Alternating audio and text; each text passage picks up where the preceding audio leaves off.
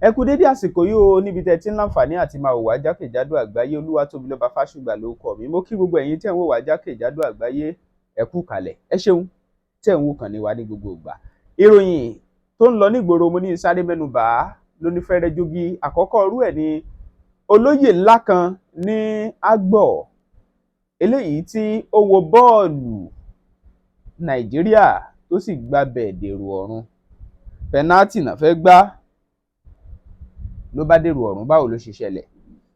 Olóyè ńlá yìí ní ìlú tí wọ́n pè ní Agbọ̀, ó tún ti fìgbà kan rí lọ sílé aṣojú ṣòfin Nàìjíríà láti lọ ṣojú ẹkùn ìdìbò Ika ní ìpínlẹ̀ Delta. Orúkọ ẹ̀ ní Cairo Ojuọgbọ̀n, òun lórúkọ olóṣèlú náà. Ó tún jẹ́ ìkankan nínú ẹgbẹ́ òṣèlú APC. Nígbà tó di wípé bọ́ọ̀lù Nàìjíríà àti South Africa ń lọ lọ́wọ́, ó ń wò ó nígbà tí Nàìjíríà gbá bọ́ọ̀lù wọlé, inú ẹ̀ dùn. Ṣùgbọ́n nígbà tó yá tí wọ́n fún ilẹ̀ South Africa náà ní pẹ́nátì láti gbá, kí ni wọ́n fún wọn sí báyìí?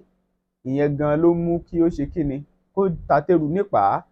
Wọ́n láriwo lókìbẹnu, ó kàn dédé bẹ̀rẹ̀ sí scream ní wọ́n láriwo tó ń pa báyìí, ibẹ̀ ló gbà jáṣẹ̀. Yorùbá mọ̀ wípé èèyàn ò kì í gbélé ẹni kó fọrùn rọ̀. Òwe yẹn ò ṣiṣẹ́ lọ́dọ̀ olóṣèlú yìí o, nítorí ó padà jẹ́ pé Elédùmarè. Ìyẹn jẹ́ bẹ́ẹ̀ lórí ní tó ṣẹlẹ̀ láti bẹ̀ yẹn. Kò ń ṣèyàn kan péré ló mọ̀ tó gbẹ̀mí mì. Lánàá òde yìí nínú ètò bọ́ọ̀lù tó lọ lọ́wọ́, ìyẹn ti Nàìjíríà àti South Africa, ẹlòmíì náà tún gbẹ̀mí mì. Kódà kọ́pà ni, ìyẹn core member, ó ń sìnrú ìlú, àgùnbánirọ̀ ló jẹ́. Ibi tó ti ń wo bọ́ọ̀lù, wọ́n nígbà tó di pé wọ́n fẹ́ dé ìpele goliwomi-gbà sí ọ̀tá àmọ̀ sí pẹ́nátì, ibẹ̀ yẹn gangan ni wọ́n ti sọ pé pẹ́nátì kìkì yìí, ó lóun ò dẹ̀ láìkí kó máa wo pẹ́nátì o. Wọ́n ní gbígbójú wolẹ̀ tó máa gbójú wolẹ̀ yẹn tó máa dorí bo tébù níbi tó ti ń gbá bọ́ọ̀lù. Wọ́n ní kọ́pà yìí, wọ́n níbẹ̀ ló gbà lọ o. Bóyá ariwo táwọn èèyàn ń pa sí létí níbẹ̀ ni ló fà á, a lè sọ. Bóyá bó ṣe di pé Nàìjíríà lose àwọn pẹ́nátì kan ló fà á ni, ṣùgbọ́n ní ṣókí wọ́n gbé dìgbàdìgbà rí ilé ìwòsàn, ṣùgbọ́n kan tó débẹ̀ wọ́n ní ó ti jẹ́ pé Elédùmarè. Ọmọ Nàìjíríà yẹn eléyìí tí wọ́n ní ó jẹ́ àgùnbánirọ̀ yìí ni wọ́n ń porúkọ ẹ̀ ní Samuel. Samuel yìí wọ́n ló ní wọn ò dẹ̀ kí ń fẹ́ wo pẹ́nátì. Ṣùgbọ́n eléyìí mú onírúurú ọ̀rọ̀ jáde, torí ọ̀pọ̀lọpọ̀ ló ń sọ wípé bébè èèyàn máa mọ health status ẹ̀, ìyẹn bí ìlera rẹ̀ ṣe rí, kéèyàn tó lóun ó lọ gbìyànjú láti sọ pé òun á ṣe nǹkan tó máa tún pa lára. Lábẹ́ bó ṣe wù kó rí, béèyàn bá ń gbádùn nǹkan kankan, ó gbọ́dọ̀ tún máa ro òdì kejì níbi tó ti lè yọ sí, téèyàn fúnra ẹ̀ bá ti mọra rẹ̀ dojú. Irú olóṣèlú tó kù yìí, tó tún jẹ́ olóyè ńlá ní agbègbè Agbọ̀ ní ìpínlẹ̀ Delta, àti ọmọkùnrin tí orúkọ ẹ̀ ń jẹ́ Samuel yìí, torí wọ́n ti fìdí ẹ̀ múlẹ̀, wọ́n ní lóòótọ́ ló ti kú. Ṣùgbọ́n pẹ̀lú gbogbo ẹ̀ náà, ìpínlẹ̀ Adamawa ni ti kọ́pà yẹn ti ṣẹlẹ̀. Pẹ̀lú gbogbo ẹ̀ náà, béèyàn bá ti mọ ìlera rẹ̀, àwọn kan ní heart attack ni òun ló pa wọ́n. Ṣùgbọ́n lábẹ́ bó ṣe wù kó rí, ẹ̀kọ́ leléyìí o. Ó ní wọn ò tó gbá final láìpẹ́. Kí ni tó yẹ kẹ́níkàlùkù mọ̀? Ẹni tó bá nífẹ̀ẹ́ sí bọ́ọ̀lù eré ìdárayá, bó bá fẹ́ wo bọ́ọ̀lù, ní wọ́n wò ó. Ṣùgbọ́n ro ara rẹ̀. Mo léèyàn kan tó jẹ́ pé nígbà tó fẹ́ gbá pẹ́nátì lánàá, mi ò sí ńbẹ̀, ṣùgbọ́n ó kọ sí status ẹ̀ lórí WhatsApp tí mo dẹ̀ ká, tó sọ wípé òun ní tòun wo, òun yìí bá wọn wo pẹ́nátì o, òun lọ o, ẹni tó bá gò kan jẹ́ kó mọ̀, òun fẹ́ lọ sùn. Ẹ worú ẹni yẹn bẹ́yẹn, ó ra ayọ̀ rẹ̀ kóònù, ó ṣeéṣe kó náà ti mọ irú ìlera tó ní. Ìyẹn gbọ́ tìta ó jókòó. Ìṣẹ̀lẹ̀ ńlá ń ṣẹlẹ̀ o lókè èèpẹ̀. Ọkùnrin tí wọ́n so mọ́lẹ̀, tí ìyàwó rẹ̀ kékeré so mọ́lẹ̀, tèmi tí ń tòótọ́, oògùn tíyàwó fi so mọ́lẹ̀ ti bàjẹ́, ìròyìn gbé jáde. Lójú òpó ayélujára, fídíò yẹn gan lọ káàkiri níbi tí Gistlover ti gbé, níbi tó jẹ́ wípé ìyàwó kan tó de ọkọ rẹ̀ mọ́lẹ̀ ó ti pa sínú ìgò. Ìgbẹ̀yìngbẹ́yín táṣìírí máa tú táwọn ará abúlé máa rí ìgò náà tí wọ́n sì padà mọ̀ wípé ó de ọkọ rẹ̀ mọ́lẹ̀ ni. Wọ́n ní ojú gbà tì nítorí wípé mẹ́mẹ́mẹ́ òun ló padà ń ṣe lórí ẹ̀.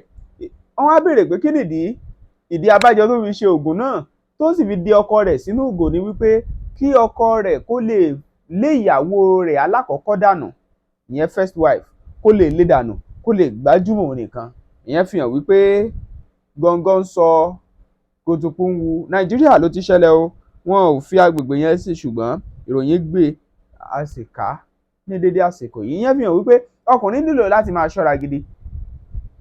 Pàápàá wọ́n ní ìyàwó kan ìṣòro kan, ìyàwó méjì ìṣòro méjì, tọ̀ kó máa jẹ́ iye gbogbo àwọn làákàyè ń gbòòrò ayé. Ṣàǹgbá fọ́, wọ́n ní ẹ mọ́ kú ojú òpó dí. Ìròyìn míì yìí òun ló ń sọ nípa akẹ́kọ̀ọ́ obìnrin kan tó wà ní fásitì. Níbẹ̀ ó ń fẹ́ ọ̀rẹ́kùnrin rẹ̀ torí pé ọ̀rẹ́kùnrin kọ̀ sílẹ̀ ló bá gbóògùn jẹ, ó para rẹ̀ ní fanáfanṣu. Ìròyìn yẹn jẹ́ kó yé wa wípé ìpínlẹ̀ Adamawa ló ti ṣẹlẹ̀. Obìnrin yìí ó para rẹ̀ nítorí wípé boyfriend ẹ̀ tó jẹ́ lecturer kò fẹ́ mọ́. Ọmọ ọdún 24 sí lọmọbìnrin náà. Báwo náà ṣe mọ̀? Bó tiẹ̀ jẹ́ pé obìnrin yìí ṣe internship ẹ̀, ìyẹn ètò ara ìlànà ìkẹ́kọ̀ọ́ ni ní iléeṣẹ́ amóhùnmáwòrán kan ní Adamawa ń bẹ̀ tán pè ní ATV, ìyẹn Adama television. Wọ́n ní ibẹ̀ ló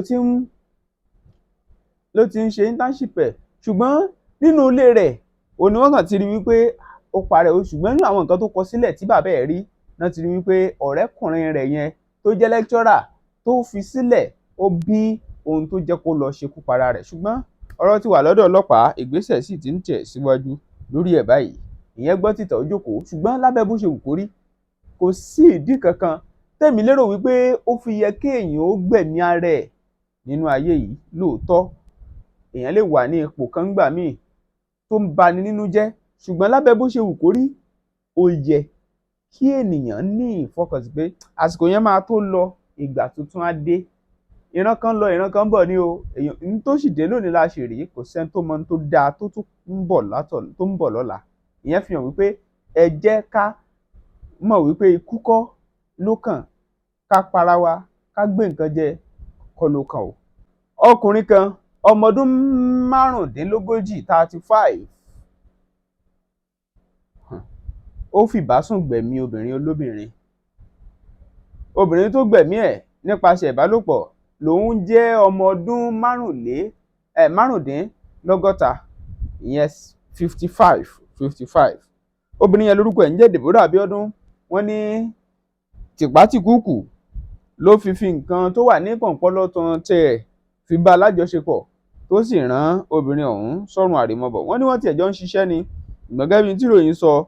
Èyí gan ló wáyé ní ọjọ́ 17 oṣù kínní ọdún 2024 yìí.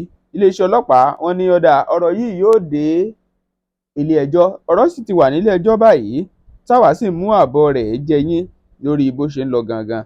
Olúwa kó ṣàánú wa ni. Àmọ́ adùn tó wà nínú kéèyàn ó fipá bá obìnrin lájọṣepọ̀, ẹni tí ò gbà fún ọ tó wá fipá ń bá a lájọṣepọ̀, adùn wo ní mbẹ̀ náà? Àti pé gan gbogbo náà dandan yìí yẹ kó ti tán nílẹ̀ yìí, kò yẹ ká tún máa gbọ́rú ẹ̀ nírú àwùjọ wa. Ìlú Àkúrẹ́ ló ti ṣẹlẹ̀ ní ìpínlẹ̀ Oǹdó. Tèmi tí ń tòótọ́, wọ́n ní yóò jó lamba pa níwájú òfin. Ariwo irú kí leléyìí?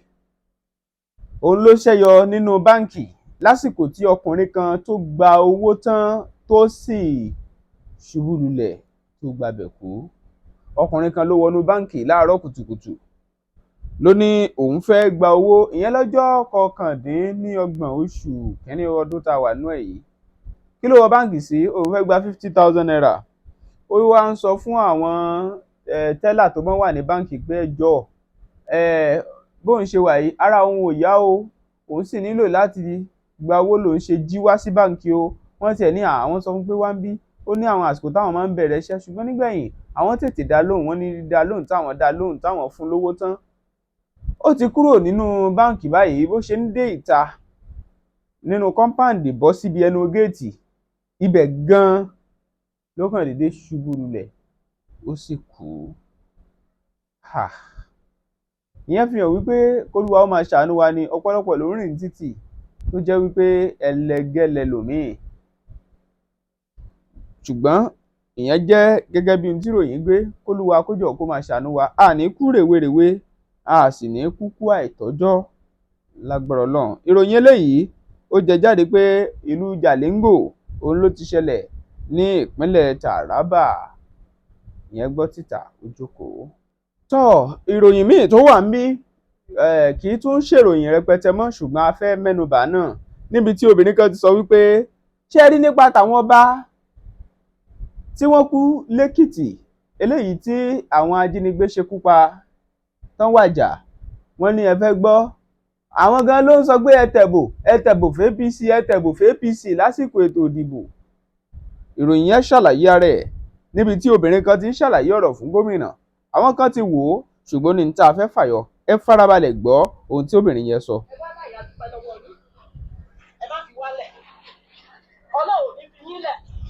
Ibi tí bàbá ìbáṣẹ́ ló ti ké yín, Excellency, ibi ni bàbá ìjókòó sí, tó sọ pé ẹ máa tẹ APC, ẹ máa tẹ APC, ẹ máa tẹ APC. He's running this town. Excellency, ó ti ṣẹlẹ̀ báyìí. Tá a mọ̀ pé Ọlọ́run àtúnṣìírí wọn. Ṣé ẹ mọ̀ pé àwọn tó ti kú, wọ́n ti kú lánàá? Ẹ wo gbogbo àwọn ọba Ìkọ̀lé local government tó jókòó. Ìgbà tó bá ti ń fa àwọn ọba, kí ni ti àwa ìbá ẹ̀? Excellency, àwọn mòróró wọn ò tiẹ̀ já gbádùn bí. Ìpakúpa ló fa àwọn èèyàn wá. Mo dẹ̀ mọ̀ ká ṣe é ṣe fún yín lórúkọ Jésù o. Ẹ wá láyà dúpẹ́ lọ́wọ́ yín, ẹ má fi wálẹ̀, Ọlọ́run ní fi yín lẹ̀. Ibi tí bàbá ìbáṣẹ́. Ìyẹn bẹ́ẹ̀, ó gbọ́ títà ó jókòó. Ìyẹn jẹ́ bẹ́ẹ̀ nítorí pé nígbà tí obìnrin yìí sọ̀rọ̀ tán lójú òpó ayélujára, oríṣiríṣi kọ́mẹ̀ǹtì ló wá. Àwọn kan sọ pé ohun tó dáa fún wọn gan nìyẹn, àwọn kan sì sọ pé it is well. Ẹlòmíín ní ṣe bá a gbà yín lámọ̀ràn títí tí pé kẹ́ ẹ darapọ̀ mọ́ Oòduà Nation, àfìgbà tẹ ní rárá. Ẹnìkan ní yóò tó yé gbogbo wa nígbà tó bá yá. Oríṣiríṣi kọ́mẹ̀ǹtì ló wà ńbẹ̀. Ẹlòmíín ní Ọlọ́run ni kó gbà wá o. Bákan náà,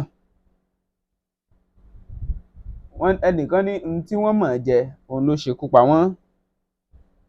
Ẹlòmíín tún sọ tiẹ̀, àtàwọn míì bẹ́ẹ̀ bẹ́ẹ̀ níbẹ̀.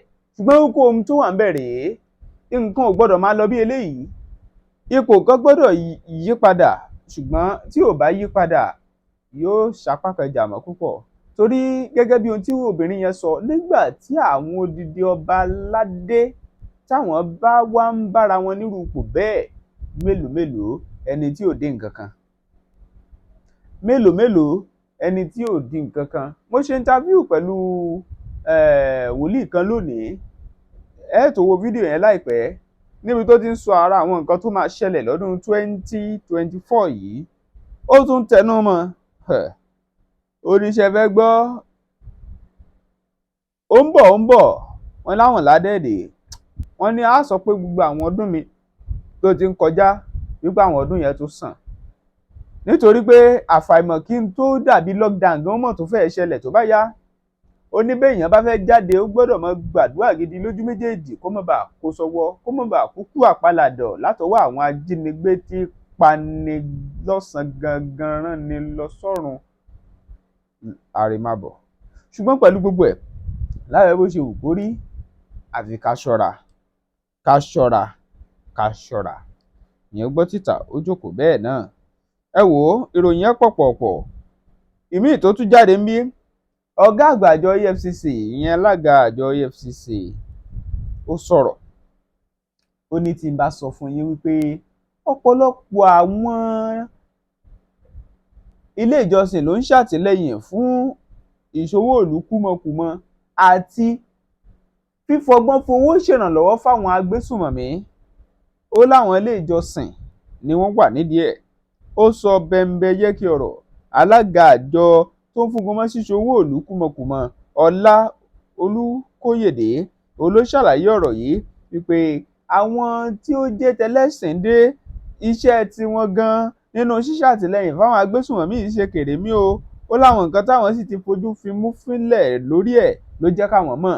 Ó sọ eléyìí ní ibùdó kan tí wọ́n ń pè ní Musa Yaradua Center tó wà nílùú Àbújá níbi ètò ọlọ́jọ́ kan fún àwọn ọ̀dọ́ àti ohun tó ní ṣe pẹ̀lú ẹ̀sìn tó ń ti gbígbógun ti ìwà àjẹbánu nílẹ̀ yìí.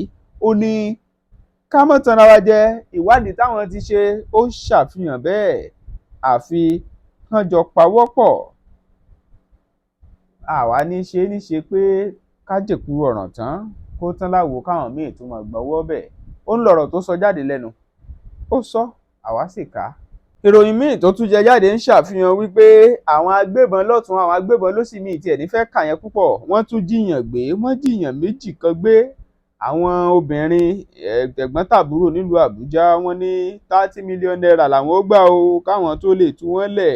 Àwọn mọ̀jẹ̀sín ọmọ ọlọ́mọ tí wọ́n ìwọ ọmọ 20 ọdún tí wọ́n jí gbé ó ní wọ́n ṣàlàyé pé agbègbè Guita ní Chikakore ní Kubwa ní ìpínlẹ̀ Elólùlẹ̀ Àbújá ló ti ṣẹlẹ̀. Wọ́n ní ìkíní ó jẹ́ ọmọ ọdún 14, ìkejì jẹ́ ọmọ ọdún 16, 14 àti 16 ni wọ́n. Ṣùgbọ́n wọ́n gbé wọn wọnú igbó ńsìnyí wọ́n ti pè pé àníṣe àwọn nílò 30 million naira o. Òun láriwo tó gbàgbóró pé ibo làwọn ó ti rí i. Àwọn mọ̀lẹ́bí ará ọ̀rẹ́ gbogbo wọn ti bẹ̀rẹ̀ sí sájàǹgàlà jóńgóló kiri. Bàbá wọn tiẹ̀ sọ, ó ní àwọn tí ń ṣe gbogbo ohun táwọn lè ṣe o láti lè fi gbà wọ́n padà. Ibo là ń bọ̀rọ̀ lọ lọ́dún 2024 yìí. Tọ́ èmi ò mọ̀ fàsìkò yìí sọ fún wa wípé gbogbo àwọn ìròyìn tá a ti gbọ́ yìí ẹ já lọ sí comment section ká gbọ́ ìròyìn lórí ẹ̀. Bákan náà màá fẹ́ kí ẹ jọ̀ọ́ kí ẹ bá wa lọ sí BEMBEYEKE comedy ní YouTube níbi tá a ti ń ṣe àwọn nǹkan tó ń pani lẹ́rìn ṣùgbọ́n fún ìgbélárugẹ àṣà wa ni. Bàbá wa débẹ̀ náà ńkọ́ tá a yẹ̀ wò ẹ já subscribe sí ká tẹ notification bell yẹn ká share fáwọn ẹlòmíì ká sì lọ sí comment section. Ẹ jọ̀wọ́ ẹ bá wa ṣe yẹn. Bákan náà ẹ má gbàgbé pé MC yín tó dáńtọ́ BEMBEYEKE ni. Ẹ pè é nígbàkúùgbà wá ṣe tán pẹ̀lú yín. Ìpolongo ọjà yín lórí ìkànnì wa náà sì ṣe pàtàkì, ó ṣe kókó. Yóò máa jú wa ṣe láṣẹ Èdùmàrè. Àwa ní sọnù àá tó sọnù o, a sì ní fàkà kan jẹ̀kọ́ òṣì ló ń jẹ́ bẹ́ẹ̀. Kò ní ta lẹ́nìkọ̀ọ̀kan wa o. Yóò máa jú wa ṣe láṣẹ Èdùmàrè. Ó dìgbà kan náà lóní BEMBEYEKE.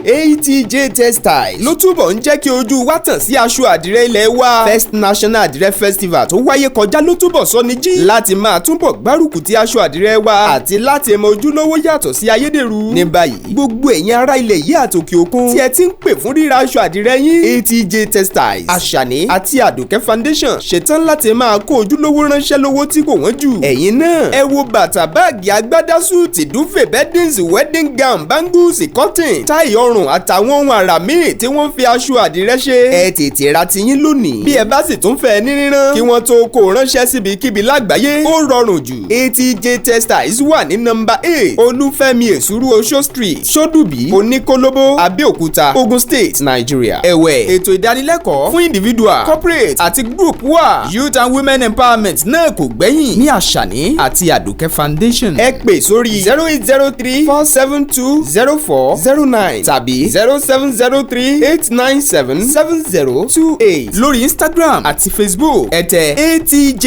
Textiles, aṣọ àdìrẹ ilẹ̀ wa, tiwantiwa ni. Now here's what people do not know, that you can actually cut down the expenses on transportation and accommodation when you first take a step by owning a land. Imagine owning land in one of the busiest places in Abeokuta, matter of fact the heartbeat of Abeokuta, where you have accessible road networks, stable electricity, and you get to meet people of value in this particular environment. Even as a Lagosian, you can stay in Abeokuta and work in Lagos. All you need to do is commute via train, which is of course provided to make transportation easy for you without fatigue. Now this is why Homeland Estate was established, to help you sail the shores of life easily without having to spend so much. With a sum of 1.8 million naira, you stand a chance to owning a plot of land. Now the sweet part is, even when you do not have up to 1.8 million naira, 500,000 naira is a very good amount. You can stand a chance to own a land with us. You just need to spread the payment within a stipulated time. We have the 3-month plan, we have the 6-month plan, and we have the 1-year plan. Now imagine you doing all of this. Tell me, how are you going to have to spend the majority of your money for the year in accommodation or transportation? These things are very simple, and that's why we are here for you. Homeland Estates will bring you lifestyle and comfort at your fingertips.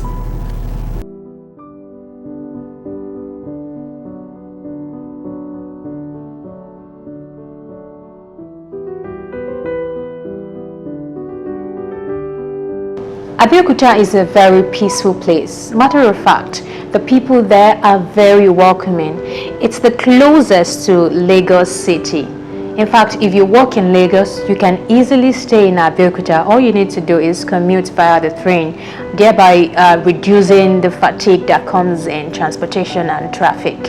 Now, this is very possible if you take the ferry boat step. You can't possibly do all of this and remain a tenant. And that's why Homeland Estate was established, to bring you lifestyle and comfort right to your doorstep without having to stress too much or even spending too much.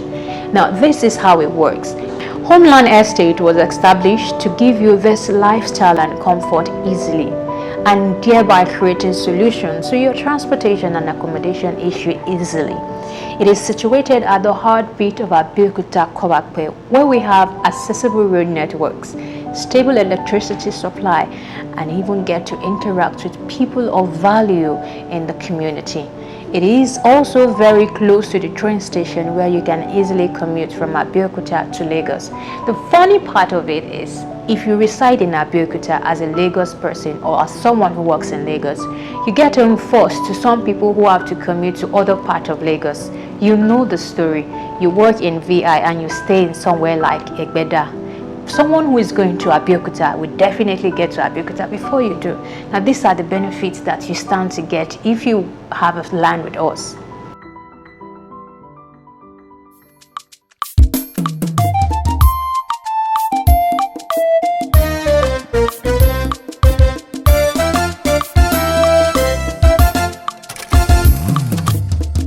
BEMBEYEKE TV, ìkànnì Oloye ládùn jù, ó gbafẹ́ ó gbayì, òun ni ẹ máa wò. BEMBEYEKE TV, ìkànnì Oloye ládùn jù, ó gbafẹ́ ó gbayì, òun ni ẹ máa wò. Àwọn ètò tó mọ́gbọ́n wá lóríṣiríṣi ń bẹ níbí. Ojúlówó ìròyìn ẹ̀gbọ́n tiwa ní í ṣe, torí ẹyẹ bí ọ̀gìn òsì, kìnìún lọ bá ẹran. Ojúlówó ìsọfúnni ló mú wa dá wọn yọ. BEMBEYEKE TV, ìkànnì Oloye ládùn jù, ó gbafẹ́ ó gbayì, òun ni ẹ máa wò. Support lọ BEMBEYEKE TV, lẹ́tí máa rí bẹ́bẹ́, ìkànnì Oloye ládùn jù, Daniel Salomon ó gbayì, òun ni ẹ máa wò.